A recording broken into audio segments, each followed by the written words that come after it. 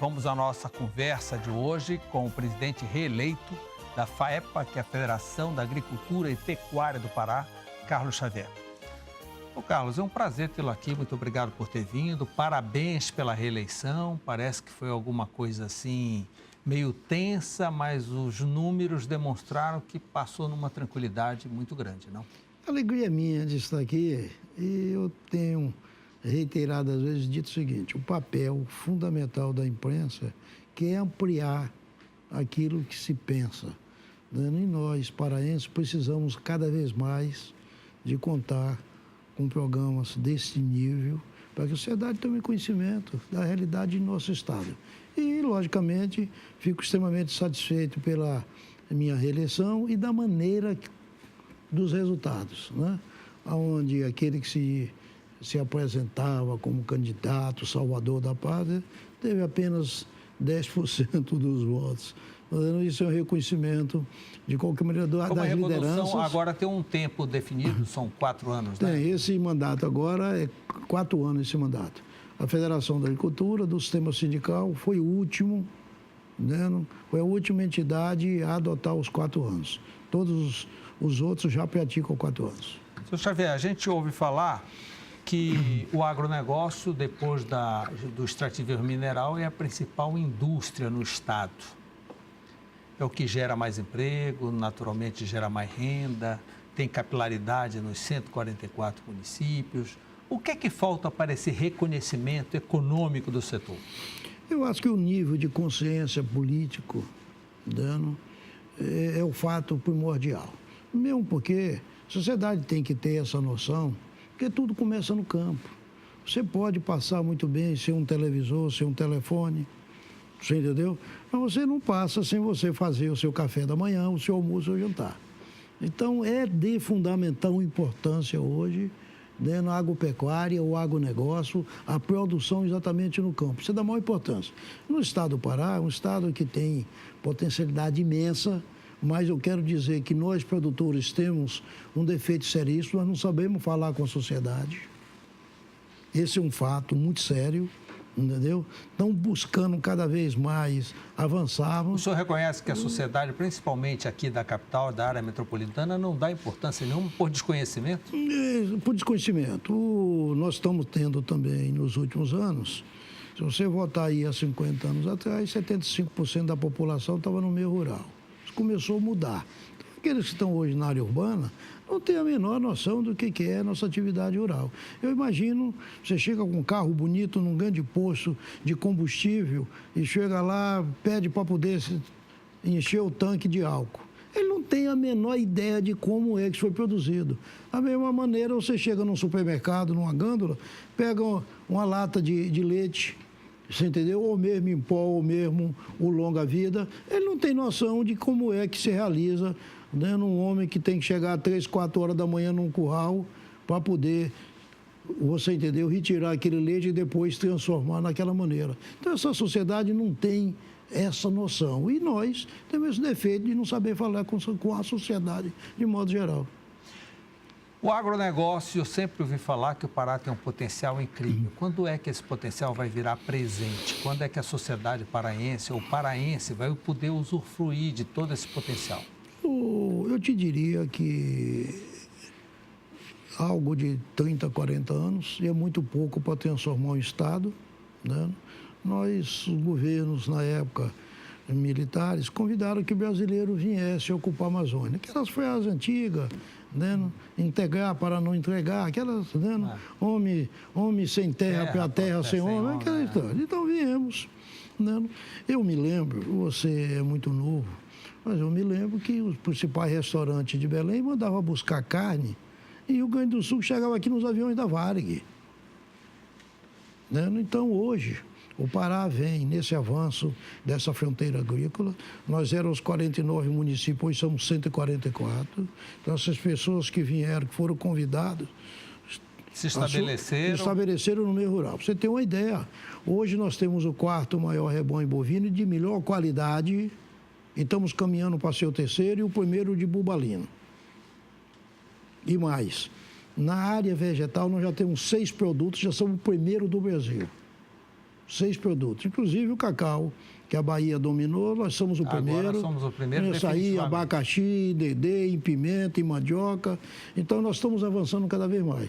Não se engane que daqui a pouco tempo nós vamos ser o primeiro polo de citricultura do mundo. Nessa região aqui do Nordeste paraense. Florestas plantadas também. Entendeu? Então, eu não tenho dúvida que dentro de pouco tempo o estado do Pará será o primeiro estado dessa nação. Agora, presidente, eu andei conversando aqui com presidentes de sindicato de carne, e produtores rurais e assim por diante. Há uma reclamação muito grande com referência à nossa carne. Nosso rebanho é de grande quantidade e qualidade, nossa carne é muito boa. O Pará só consome 20% de tudo que produz, quer dizer, temos 80% da nossa produção disponível para vender. Mas os destinos internacionais, que é o que interessa, que entra divisas, entra dólar, são todos decididos por Brasília. E Brasília concentra os melhores mercados, China, Estados Unidos e Europa, no centro-sul. E para o norte só sobra os pobres, digamos assim. Mercados que compram menos, que pagam menos. O que falta para o nosso produtor? Deixar um pouco o campo e ir para Brasília fazer pressão? Faltar representatividade política para a gente pressionar a Brasília pela nossa carne? O que está faltando? Olha bem, esse fato que você levanta é da maior importância. Nós, produtores, estamos fazendo nosso papel de produzir o melhor boi. Sim. Né? Aí depende de quem faz o abate. Né? Então, nós temos que ter uma aliança muito forte com a indústria. Temos algumas questões que precisamos discutir, mas esse fato que você levanta é de uma importância imensa, porque é o nível de consciência política que nos falta a nós paraenses. O Brasil e o Sul, maravilha, nos olha de forma diferenciada. No dia que eu disse para o representante da FAO com relação à água, aí ele respondeu para mim, mas água, você com tanto rio e com tanta chuva. Eu digo, pois é, mas o Brasil não olha com essa visão. Nós jogamos bilhões de litros de água doce diariamente no mar e não participamos, por exemplo, de um projeto nacional de irrigação. A água, por exemplo, que nós utilizamos aqui nas nossas hidrelétricas, que é a potencialidade nossa, se transforma em energia e nós, paraenses, somos obrigados a pagar o consumo mais caro do Brasil, mais alto do Brasil. Então, não dá para se continuar com isso. Nós precisamos de um nível de consciência política para defender o que nós fazemos aqui, entendeu? Com capacidade. No caso da pecuária, por exemplo, a melhor pecuária bovina do Brasil hoje é a nossa. Tem, inclusive, compliance ambiental, tem tudo o que os grandes mercados querem, compram. O que falta para a gente chegar lá? O ano passado, eu tive um diálogo não agradável com o ministro da Agricultura, o Mário Maggio, porque foi retirado dos estados da Amazônia a fiscalização animal que era praticado nas superintendências dos estados da Amazônia e se levou para Mato Grosso. E meu diálogo com ele não foi bom, e nós, amazônicos, nos calamos depois, só o Pará que se levantou contra isso. Então, acho, o meu entendimento é de que uma consciência política amazônica não dá mais para poder suportar que o mundo faça o que vem fazendo com todos nós. Na área ambiental, a mesma coisa. Chega o ponto, e eu faço isso até em tom de brincadeira, que quando o Papa, que está aí, lançou a encíclica há 3 anos atrás, ele disse que a Amazônia é uma dádiva da natureza que tem que ser intocável.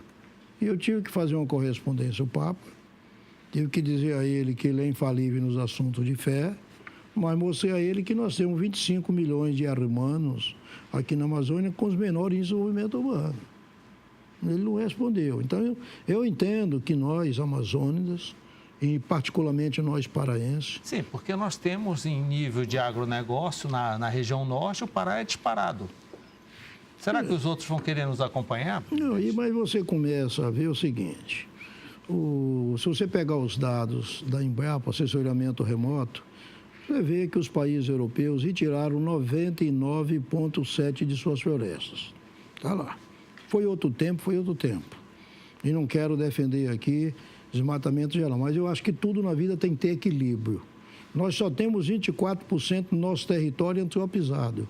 76% do nosso Pará em floresta. Mas se você deixa o estado do Pará, ou se você deixa o Brasil e outros países, a conversa que se tem é que nós destruímos a Amazônia, que nós destruímos o Pará, completamente dando mentirosa essa informação. Nós é que estamos dando essa contribuição, você entendeu? Agora, tem outro aspecto também que eu tenho levantado. Se a Abre em Pé é importante para as outras nações, que nos paguem que nos manter. pague, porque nós temos um custo para manter isso e é um custo altíssimo. Você entendeu? A sociedade paraense está pagando isso. Você não pode, um governante nosso, fazer uma rodovia aqui no Pará, porque você tem que fazer 76% mais do que em qualquer outro estado brasileiro. Agora, presidente, essa questão da carne que é muito grave, porque nós temos uma lucratividade baixa, as nossas plantas frigoríficas estão abatendo 50% apenas da capacidade nos últimos anos, é o que eu tenho visto aqui das minhas conversas com os produtores. Nós temos aqui o caso da Socip tradicional, dentro de Belém, que está com problema, está batendo muito abaixo da capacidade dela, tudo por falta de lucratividade na operação. Qual a perspectiva? A nova FAEPA, que agora acaba de chegar um novo tempo, assume um novo mandato, o que pretende fazer para resolver essa questão da exportação da carne? Eu tenho uma visão, do Henry Ford, que ele já defendia essa tese. Você não pode ter um hectare de terra é 100%, apenas para você alimentar um boi. Então você tem que buscar nessa área produtividade, né, para que você tenha de 30 a 50 animais na mesma área. E o Pará está avançando muito nisso. Nós temos um grande projeto de acabamento, né, nos animais, entendeu? Produzindo rações nossas aqui. Nós temos área no Pará que você pode fazer 3 safras. Então, essa parte nossa nós estamos buscando. Entendeu? Agora, tem um fato da maior importância. O nosso rebanho, 75% do nosso rebanho ou mais, tem que ser comercializado fora do estado. E aí começam as grandes questões. Aquela lei que o Congresso Nacional não conseguiu revogar da oferta e procura, né? E o produtor precisa estar muito bem representado nesta área, porque animais nós temos. O assunto com os frigoríficos nós precisamos nos aliarmos, nos juntarmos para poder buscar os melhores caminhos para o consumidor mundial. E lhe digo mais, o boi do Pará é o boi mais importante hoje produzido no Brasil. Não tenho dúvida com relação a isso. Então, presidente, dono do boi melhor produzido no Brasil, 4º rebanho nacional, carne de qualidade. Por que a carne no supermercado de Belém é mais cara do que a carne no supermercado de São Paulo? Nós vamos a um breve intervalo e queria a sua explicação, que o telespectador fica curioso por isso, ok? Eu volto já.